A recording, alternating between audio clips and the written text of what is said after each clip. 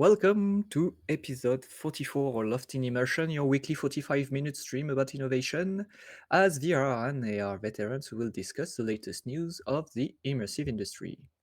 So, hello guys, and we'll start at once with Fabien, please. Hello, thanks. So last Friday was the day that Apple Vision Pro was open to orders with a release in the delivery in a couple of weeks. So of course there are a lot of news about Vision Pro, and Apple also released a lot of videos. And the one that we are currently looking at right now is quite interesting. Is a description and a walkthrough of all the main features of the Vision Pro. Well, more correctly, the features that Apple wants to promote on the Apple Vision Pro. And we are seeing this through the eyes of someone that supposedly is using the Vision Pro for the first time. So it's a marketing video, but anyway, this is the scenario. And so we can see the first feature that is highlighted is how the UI works. So eye gaze and a pinch on the fingers is how the selection of an icon or a menu item is working. This is the first thing that they are going through. And then the first feature that we are looking at is pictures. So pictures, how to look at pictures, um, and how to increase the size of the picture to look it big, and how to look at panoramas. So you can see that there is a special feature for the panoramas that you can open it almost 360, and let's see where it is. So it is the video. Okay, the panorama here. So you can open it up, the background dims, and you can see your panorama life size, as they say. And then, of course, the next feature that we are looking at is special videos. So this is how they are showcasing it, a video that is recorded with an iPhone or the Vision Pro. As you can see, with small movements of the head, he says that he can really see the depth of the videos like this. So this was for pictures and videos, and we are also seeing how to watch how watching movies will look like. So it seems like you can put your screen as big as you want, as expected, and have a really immersive movie experience in the Vision Pro. Next, they switch to work. So we are seeing a pretty standard, let's skip through it. A pretty standard desktop. Something that was really interesting to me is the UI that we are seeing here. It's the same UI as we have on desktop. There is nothing like special. It's quote unquote just Windows in space. The mailbox UI is the same as the one that we have on Mac. Safari is the same as well. Then they move to FaceTime video call. So this is pretty standard, nothing fancy expected. And then they also move to something that will be very interesting to test, actually, is a call with someone who is also wearing an Apple Vision Pro. And this is where we see that avatar that they are reconstructing here. What is interesting is we are not seeing him in that video. So I don't know. I'm really looking forward to see the quality of this in the actual device. And then back to a few other features. You can immerse yourself in an environment, but still you are able to see the other people in the room like this, which is interesting. They showcase how mirroring through a Mac will work. So you can display the screen of your Mac on a huge screen in front of you. And finally, at the end, just a couple of immersive experiences. So one about mindfulness. So I think it's a breathing exercise, if I'm correct, using, yeah, as you can see here, like a really immersive experience around the user, and um, showcasing hand tracking with a butterfly that lands on the finger, and the classic dinosaur that runs over in an immersive experience. So here you go. I have a lot to say about it, but I will first hand it over to you guys to have your impressions. I think it's a very, very interesting video. So Seb? Yes. Yeah, I watched the video also, and yeah, it was very interesting. Like you said, something that they skip at the beginning, they do a big statement saying that it's the first time he's wearing the headset. But I love that. You need to do the configuration, have it adjusted to you. You need to scan your eyes and yeah, sync it maybe with your phone or with your Mac, and all the steps are skipped away to make it like it's smooth and easy to wear and ready to do the experiences soon as you have the headset on. But anyway, that's a promotional video, so yeah, I guess it would have make a very long video if they would have added that. But at least precising this at the end of at the beginning of the video could be more fair. Um, like yeah, the lady is seeing that she's seeing the eyes of the user through the headset. This can only be done if he scan his face before with the headset. Um, yeah, like about there, yeah, in the video. But yeah, it's nice to see it in action. Really, it seems really impressive. The avatar that are generated seems to be really nice. The best part for me is the end of the video where we start to see 3D object coming out of 2D element, or the butterfly coming on the finger of the user. And then yeah, all the interaction seems to be quite easy to handle. Like when you click with your mouse, you always look at your cursor when you click on it. So doing the same thing with your eyes and clicking with your finger and having your finger close to your body so you don't have to put them in front of you seems to be a very nice interaction. What they don't show is how sticky can things be in your place. If you can put really something on your one wall, go on the other side of your place in your living room or somewhere else in your bedroom, and add some other stuff and see them stick and remain there. Right now, they don't show this functionality, so guess we'll have to try this ourselves as soon as we can. But yeah, overall, that's a very nice demo. What do you think, Guillaume? Yeah, a lot of things to say. So just to continue your thoughts about your the sticky things in your environment.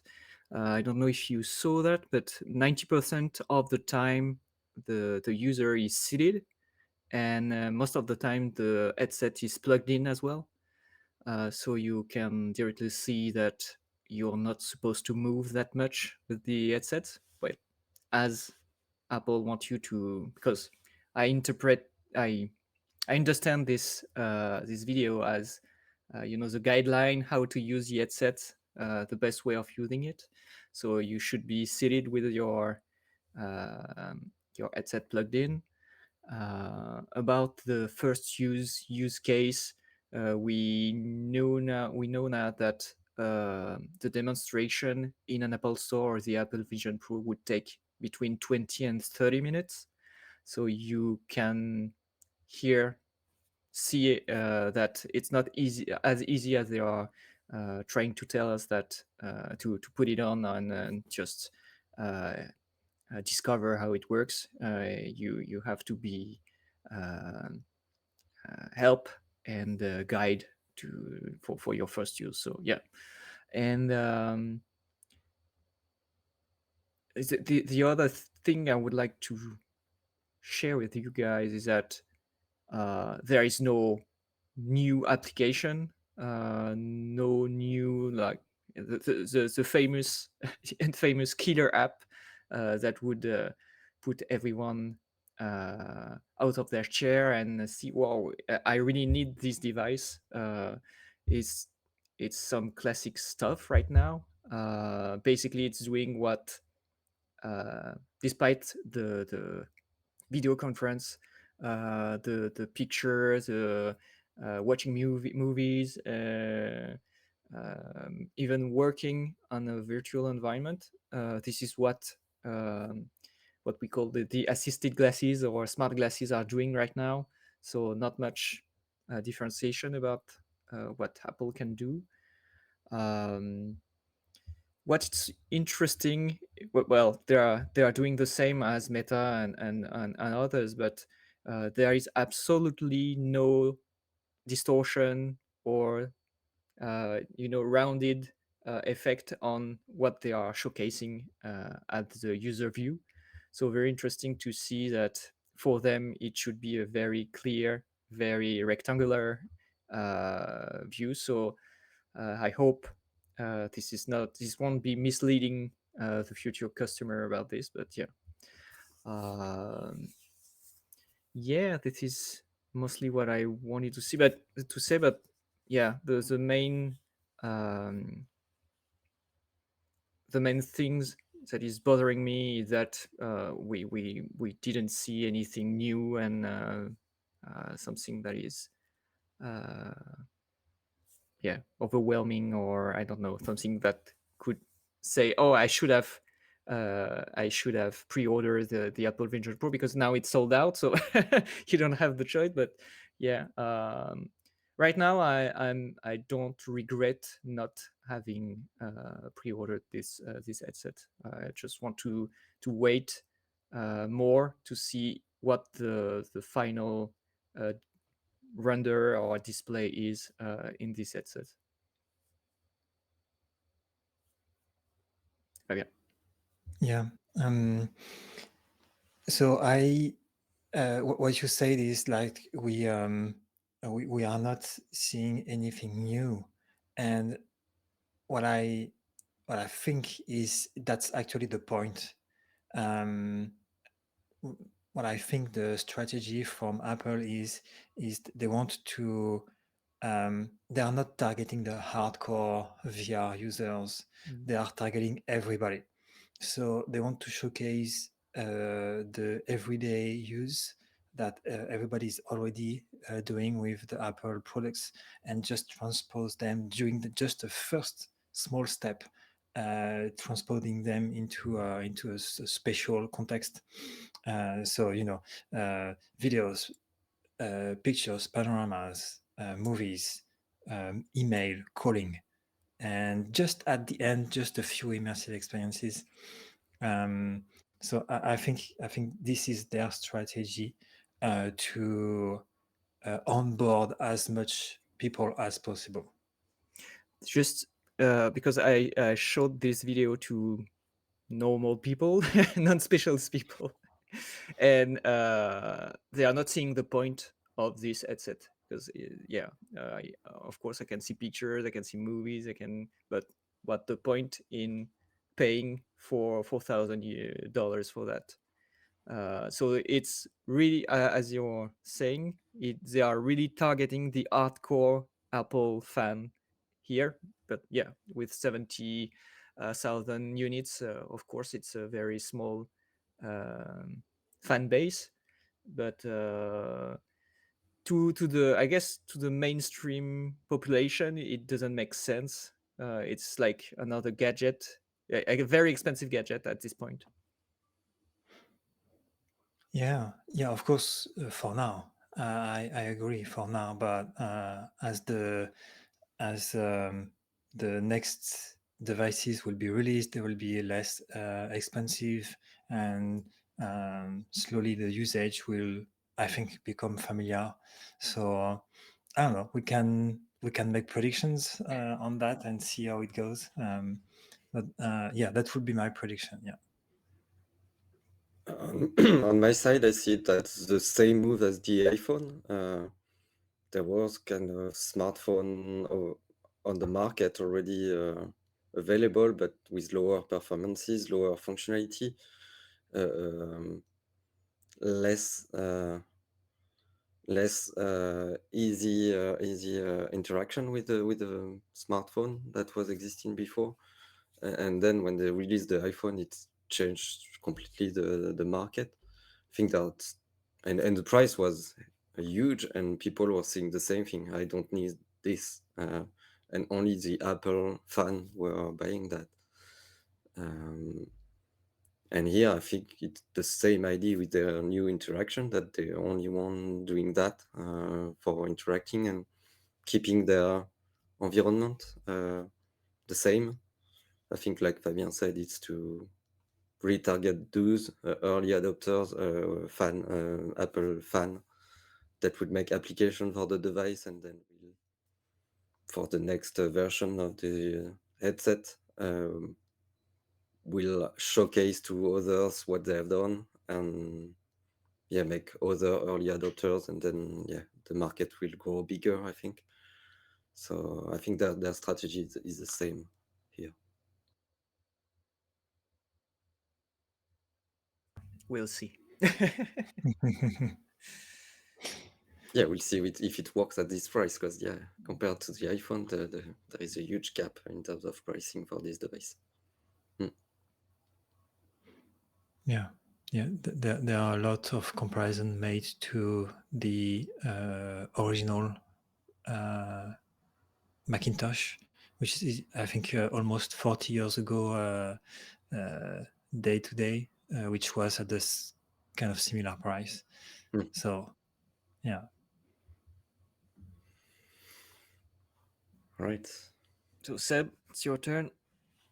Yeah, on my side, I wanted to share also a video of Apple that they released showcasing how they manufacture the headset. So it's interesting to see that they start communicating this way, showcasing the. Mhm. Yeah, I don't think they are showcasing any industrial secrets there, because it's mainly, yeah, it's industrial factoring. The main secrets are in their CPU video. Yeah. Yeah. Yeah, I agree. I think it's also interesting that reminds me that on the previous video we are not seeing the head strap that is also delivered with the headset. So yeah, but seeing how the front. All right. Another subject was this Disney holotile that they revealed, showcasing that they can have two users walking almost naturally on the floor, and they can do interaction with the screen. So two users can feel that they're walking in the same environment but not in the same place. For me, still a bit a gadget, because saw that you see that the people are not walking completely naturally. They're always moved away and recenter on the floor. So it seems interesting. It's a nice move forward, but not the perfect system. Although what is very different from what I've seen so far is the fact that they can have many floor, a big floor with many people on it, walking on it, or move object directly. Like this Star Wars effect is quite nice. So I don't know if you saw that, if you have any feedback on it. Of course, we saw that it's everywhere Mm. on LinkedIn and any tech website. The I guess we talked about it, and we said that they are very efficient in their communication. Disney Research is known for their they are doing lots of secret stuff, and when it comes out, it's always a very nice things to it's always very nice things to discover. uh just my first impression when I saw this video is it was, wow, they created a mat that can do like the treadmill. And after a few seconds, I realized that it's a huge platform, Mm. like a traditional treadmill. So yeah, the effect was very impressive at first, and then, oh yeah, well, it's a classical treadmill. I think at some point we can hear the sound, and it's not that quiet. So because it's lots of motors, of course. But yeah, the communication part is very efficient. The system seems to be interesting. It's a variation of the famous roll up. There's lots of roll that is used in the army. It's usually an hexagon or octagon, and people can move around. So yeah, it's a nice things to see that treadmills are trending. And but yeah, I don't know what Disney Research can do with this. Are they willing to integrate this in their theme park at some point? Because we know that they are doing some immersive researches. Mm. But I don't know why they are financing these kind of researches. I don't know well what their point is, but maybe you have more idea about this. Yeah.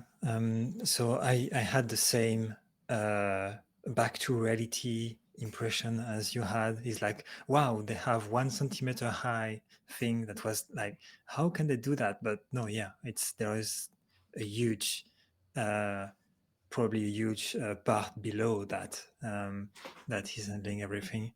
Um, and yeah, as you said, Seb, you can see when they are walking, they are still walking very um, carefully, and so, but still, it's pretty nice and good looking.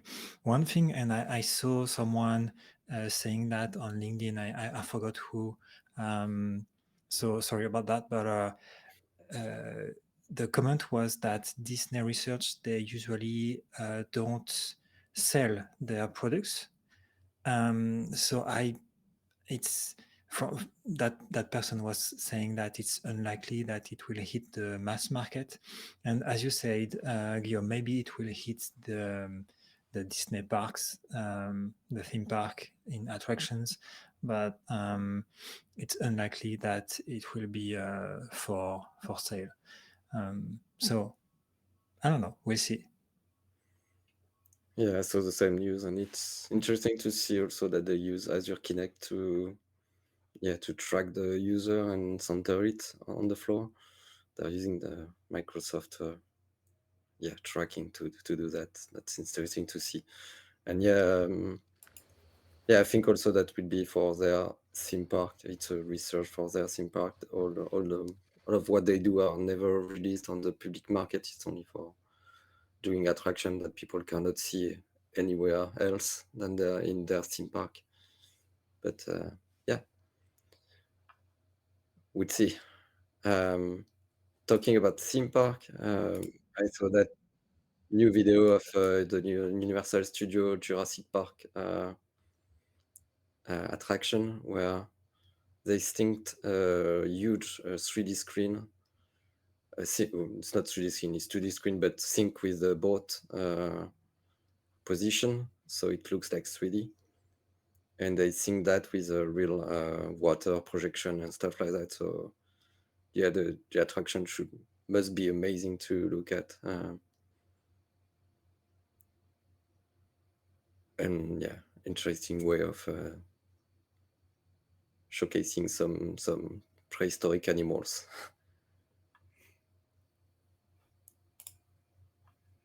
Do you know So in which park it is? It is in Orlando or Los Angeles? I think it's in Japan, but I will check it out. I will let you know. I don't know what it is. I saw the video and thought it was worth sharing. Yeah. Some good parallax. Yeah, and the water effect are quite nice too, because they're really coming close to like here. They're coming close to the screen, so it really looks like there is something broken and there is really water behind the glass, which is only a screen. So yeah. What is your thought, Fab, about that? Yeah, I will check if it's in Osaka next time. I will have a look. But yeah, we saw last year or 2 years ago was like a lot of 3D screens outside in the streets. So yeah, parallax, and it's interesting to see how it's used now in this kind of situations. It's really well done. Yeah. Yeah, the synchronization with even this effect, this particular effect when there is a wave coming inside. Yeah, the fact that it's synced with real effect must be really impressive. I guess the sound effect also must be really nicely done in this environment. So I would love to check it out.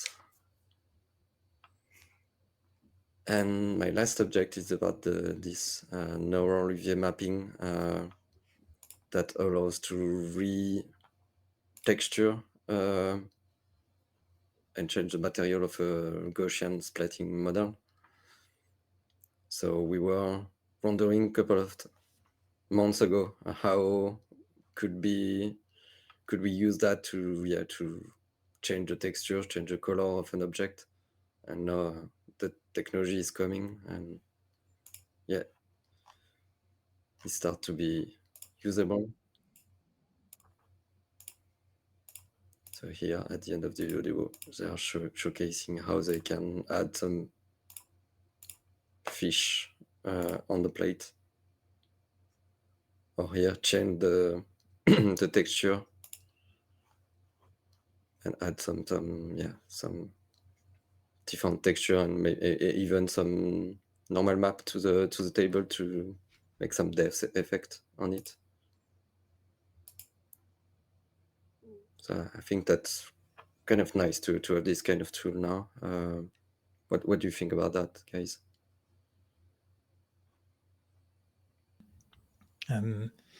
Yeah, it's really nice to see. We are following this for about a year, I think now, and almost every week there are improvements into nerve splatting and all these technologies. So what will the future look like for this? Yeah, applications for media, for movies, for 3D immersive experiences, for digital twins. Really looking forward to see what the future is made of with that. Yeah.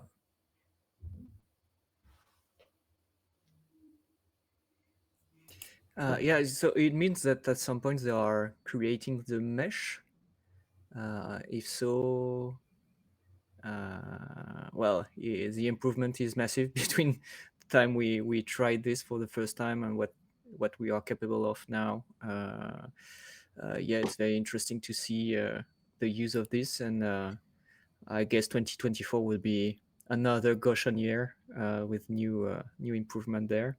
I saw a very nice workflow. It's between Goshen and AI rendering, just as a side note. But there are some artists are using Luma AI to generate a 3D object, and this 3D object is then used in another AI software for. So the presentation was like a school bus. So they generated the school bus Mm. in Luma AI, oriented it, changed the lighting um, configuration, and then use a image Gen AI to generate different variation of this. And I think I found the workflow very interesting to see that you can have now a full AI workflow, and at the end you have a usable AI content. Well, graphical generated AI generated content. So at some point we were scared that AI could replace artists, and we can be reassured that now artists are using those tools to help them uh, yeah create their Yes. vision and what they imagine. So very interesting. And the other thing is that it can open up those um, uh, those works to non artist part, meaning that you can have really good ideas and not have the technical skills, and now AI can help you with those, and just you can yeah work with what you are thinking about, and AI can do the rest. So very interesting to see what people will do with this, and you don't have this technical part that is maybe annoying you or not making you do what you like. So very interesting. Mm. Yeah, unwrapping UVs on a 3D mesh is most of the time awful. And here it seems to Mm. really simplify this with also a scan that you do with your phone. So if we have tools that make it easier to generate and easier to iterate on design on real object, that yeah, that can be very helpful tool for standard user, like you said, and artist also. Mm. And that's about it for me.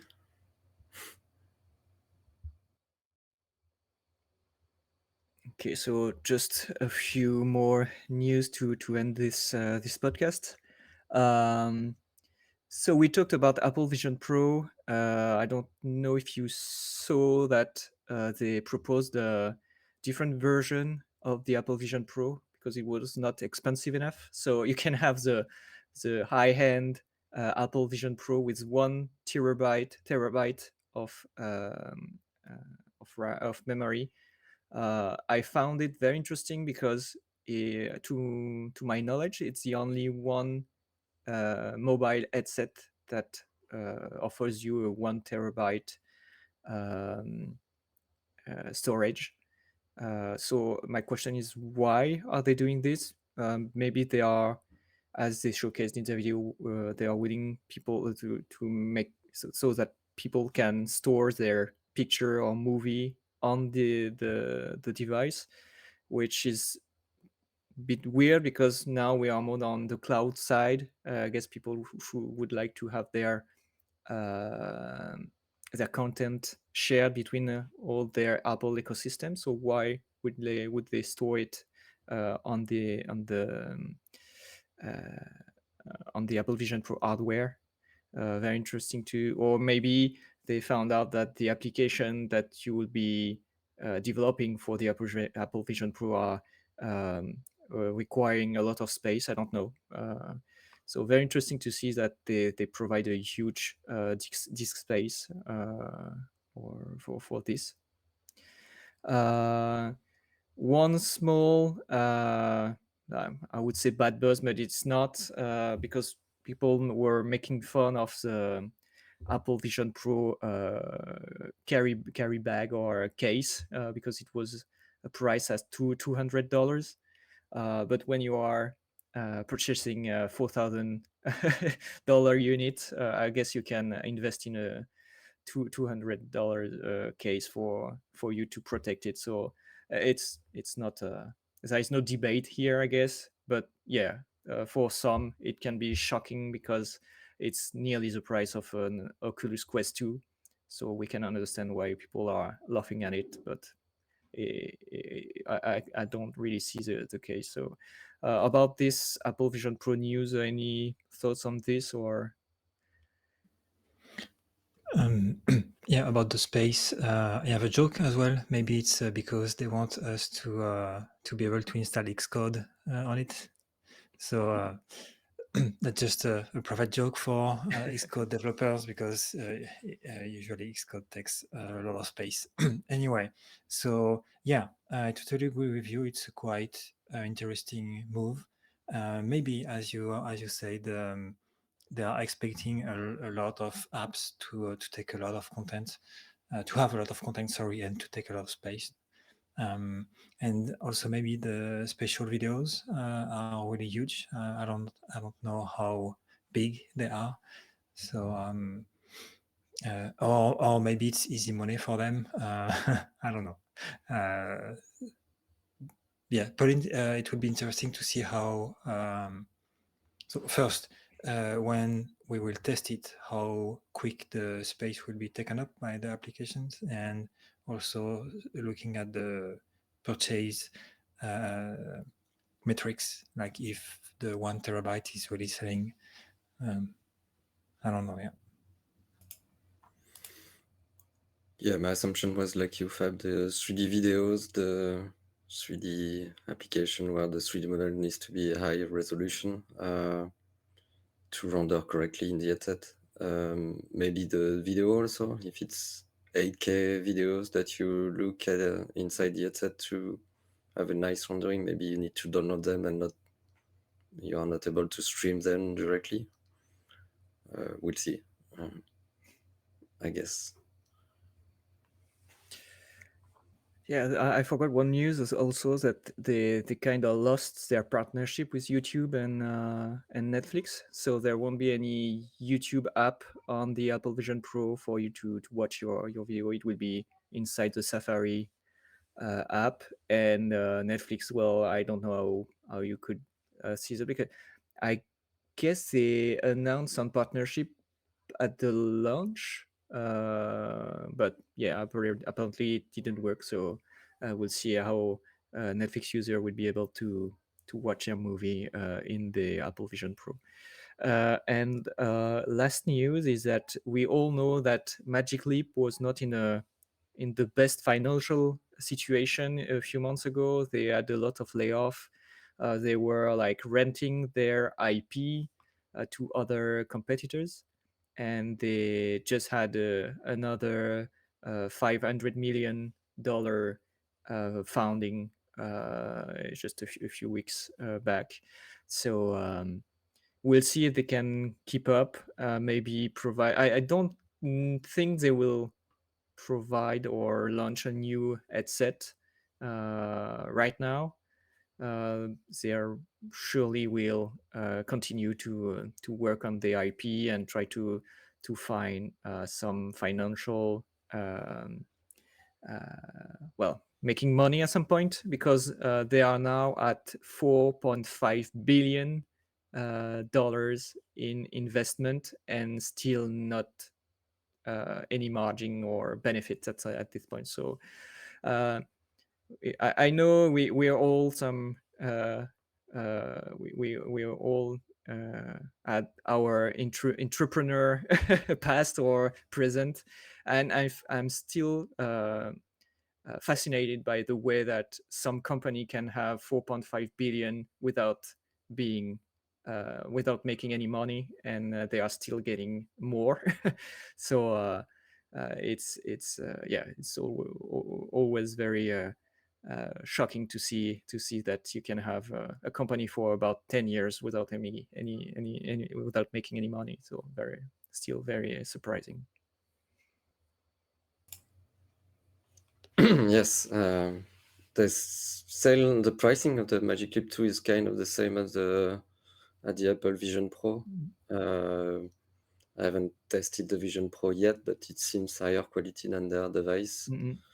So yeah, I wonder how they can make a move in the market. I know they're just starting selling it in Europe this year. So yeah, they are slow to come on market to start joining or having industry using their headset. So Mm-mm. yeah, it's gonna be a tough market for them. Unless they lower their pricing on their headsets.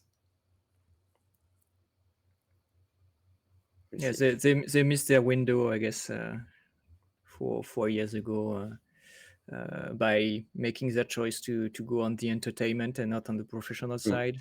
And now they switched. I guess it's too late, but we'll see. Yes, they need to convert all those that went to HoloLens 2 to Magic Yeah. Leap, and yeah, that's tough. Okay, so I guess this is it for today. We'll see you guys next week for another episode of Lost in Immersion. See you guys. See you. Thanks. Bye. Bye bye.